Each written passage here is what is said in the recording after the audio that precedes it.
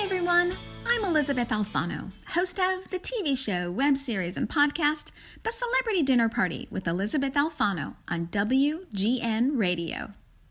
So as you know, I've spent a lot of time at Sundance recently, and you had to figure at some point it was bound to happen. You had to figure at some point I would have a list of all the films either I didn't like, I thought missed the mark, or I flat out just didn't get. I have about 4 of those, and it's time to run them down. Right after the socials, we'll get into it. As always, to keep up to date with all my celebrity interviews, you can subscribe to me on iTunes and YouTube at The Celebrity Dinner Party with Elysabeth Alfano, and check out my other YouTube channel at Fear No Art with Elysabeth Alfano. Of course, there's always Facebook under my name, Twitter and Instagram at DinnerPartyCHGO, and when in doubt, you can always hit up thedinnerparty.tv. Okay, now with that out of the way, let's get to the films that for me just didn't cut it.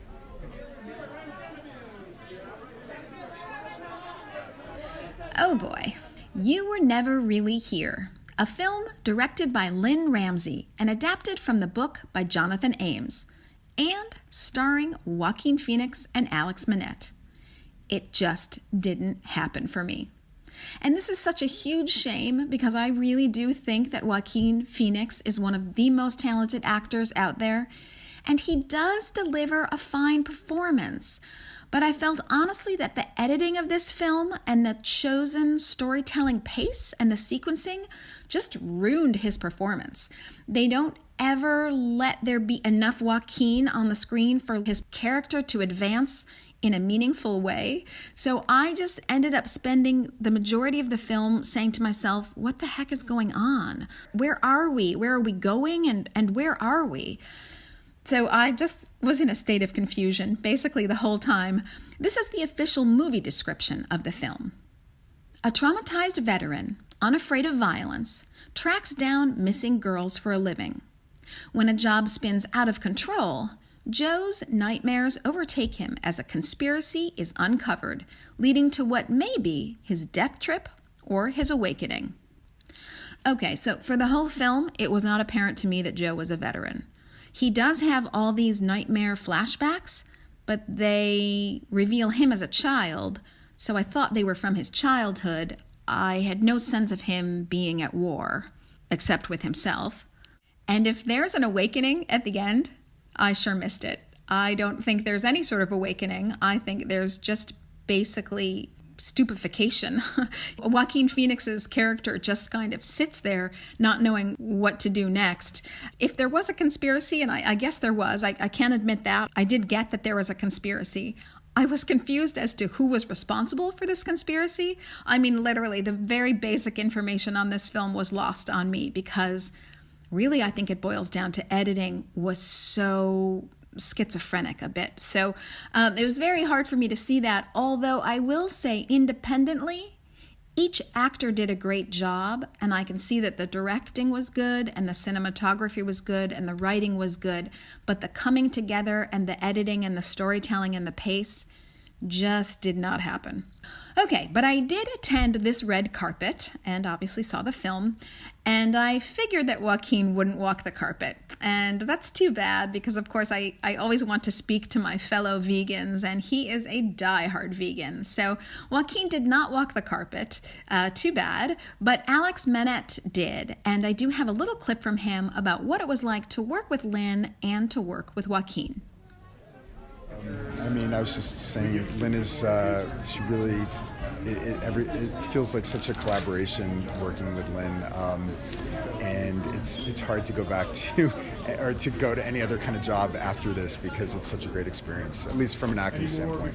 And what is it about her style that makes it so outstanding? She writes this, she has this script, which is obviously, important, but she's open to ideas. So from an actor's standpoint, that's a great thing. If you have an idea, you don't feel like, you can't say it to her. She's like, well, sure, let's try it. It might not end up in the movie, but you're at least allowed to try it, so it gets your mind thinking, and it just, I think it gives you permission to try things, and I think I don't know, that's fun. Yeah, that's wonderful. I think of Joaquin as such a daunting force. Were you at all nervous to be working with him? You know, I'd worked with Lynn on We Need to Talk About Kevin, and I kind of felt that way about Tilda Swinton going into it, and I always feel like, and now I've worked with a few really greats, and it's always the people you think are going to be like that, in my opinion, who aren't like that. So no, he was not. I wasn't. The minute I met him, he's just so available and open, and running lines with you, and just part of that collaboration, and really wanting to make the best movie. Did you learn anything from him? I'm sure I did. I don't know. Sometimes I feel, especially acting, that the most important things you learn, you just kind of take in, and it just becomes part of. But I'm sure I did, yes. I also spoke with Jonathan Ames about seeing his book come to life. It's just so alive and vivid. It's very three-dimensional. I mean, Joaquin is like a total force of nature, and then Lynn is also a force of nature, so they took my original material and just made something, quite unique. So I enjoy seeing that. Although what I really preferred was talking to Jonathan Ames about how he was spending his time in Park City. I'm enjoying it. I went tubing today down a hill, which was fun. And I have a room that looks out onto the ski slope, and so I see the people going up and the skiers coming down. And I don't know, it's beautiful that way. So if you do end up seeing this movie, and if you like it, hit me up on the socials and let me know why you liked it and what I missed, because basically I was baffled for about an hour and a half. So another movie that had me confused was Piercing. And again, I had high hopes for this because I've interviewed actor Christopher Abbott before at the Chicago Film Festival when he did the film James White with Josh Mond of Borderline Films.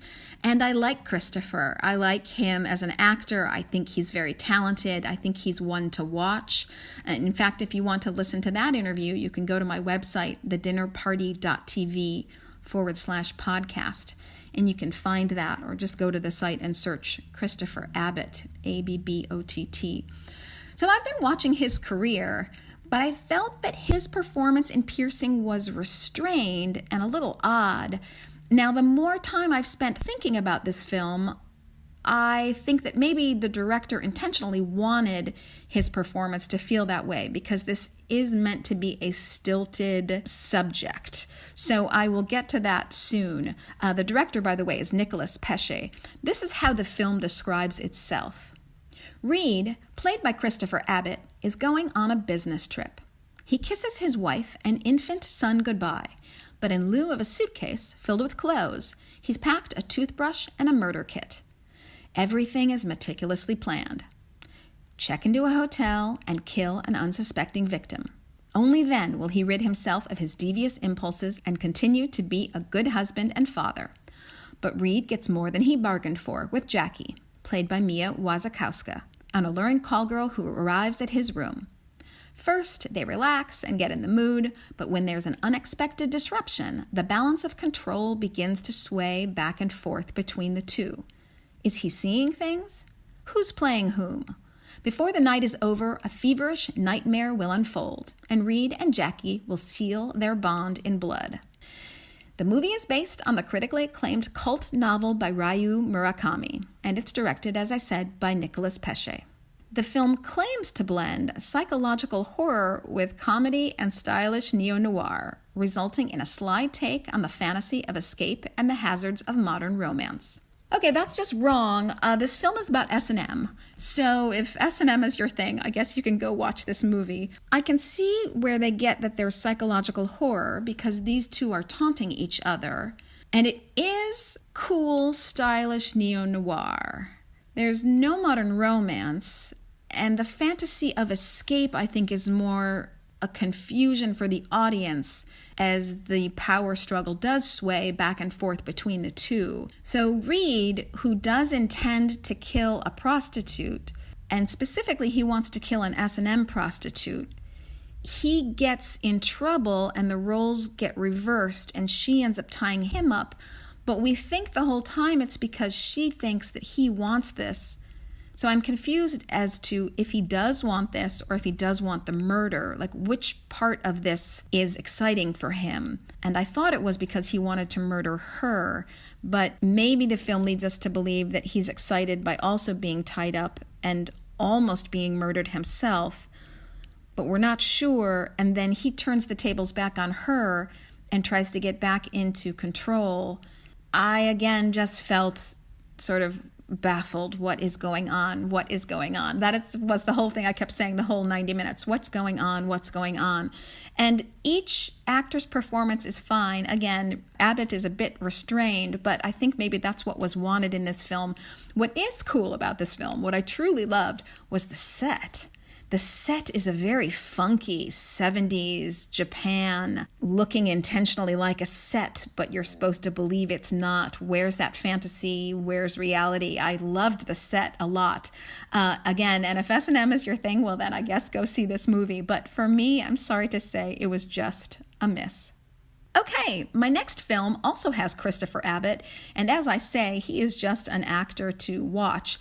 But this next film did not do him any justice either. Oh gosh, I'm sorry to say that.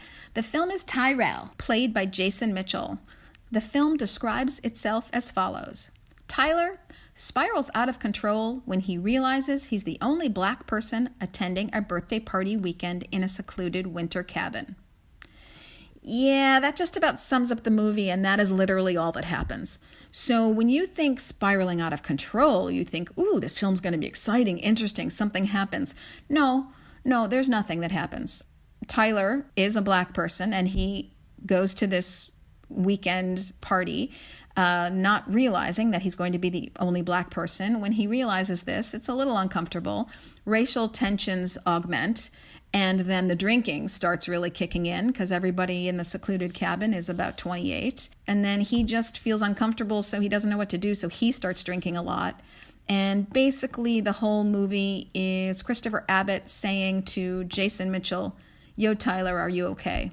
And Jason Mitchell replies, "Yeah, man, it's cool," even though he doesn't feel at ease at all. And that's it. That's the movie. So I would say if this kind of theme is interesting to you, just get your buddies together, go to a secluded cabin, and go drinking yourself. I think you'll have a much better time than seeing this movie that really doesn't go anywhere. So sorry to say that. Again, I am a Christopher Abbott fan. All right, my last movie, Nancy, which has Steve Buscemi, who's, let's face it, awesome, Andrea Riseborough, and Ann Dowd, who is also awesome, is written and directed by Christine Choe. So now this film, Nancy, describes itself as such. Nancy becomes increasingly convinced she was kidnapped as a child. When she meets a couple whose daughter went missing 30 years ago, reasonable doubts give way to willful belief. Each actor does an incredible job, and I truly love Steve Buscemi and Ann Dowd. But the majority of the film is spent with each actor being a little bit of a deer in the headlights. And so the film just drags. And as time goes on, it feels like each actor's role is belabored because these parents who are struggling with perhaps the resurfacing of their daughter, they just struggle too quietly with the presence of what could be the end of a long, long heartache. And Nancy herself, played by Andrea, is just such an understated role. And while it's a great attempt at this role, it becomes just too slow and too belabored and too, as I say, deer in the headlights. So it was a close hit for me, but in the end, just a miss. And I will say that if you are a fan of any of these actors, then there is still very much a reason to go see this film because their individual performances are good, even if the whole doesn't come together with enough urgency. Okay, so I am not by any means singling out just these 4 films at Sundance that didn't work.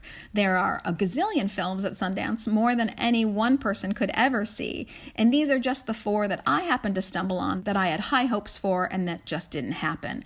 But these aren't the only films at Sundance that didn't work. Obviously, there are many that didn't work, and these are just my 4. So this is going to be the only podcast I do which highlights the ones that didn't work. All my other podcasts coming down the pipeline are of things that I loved, with intimate interviews from the stars. Okay, until then, you can subscribe to my iTunes and my YouTube channel, The Celebrity Dinner Party with Elysabeth Alfano, and my other YouTube channel, Fear No Art with Elysabeth Alfano. Find me on Facebook under my name, and Twitter and Instagram at dinnerpartychgo. And there's always my website at thedinnerparty.tv. The editor on this pod is Diana Penglaze. Be sure to stay tuned and subscribe, because there's lots more Sundance news to come. And, as always, don't forget to be vegan.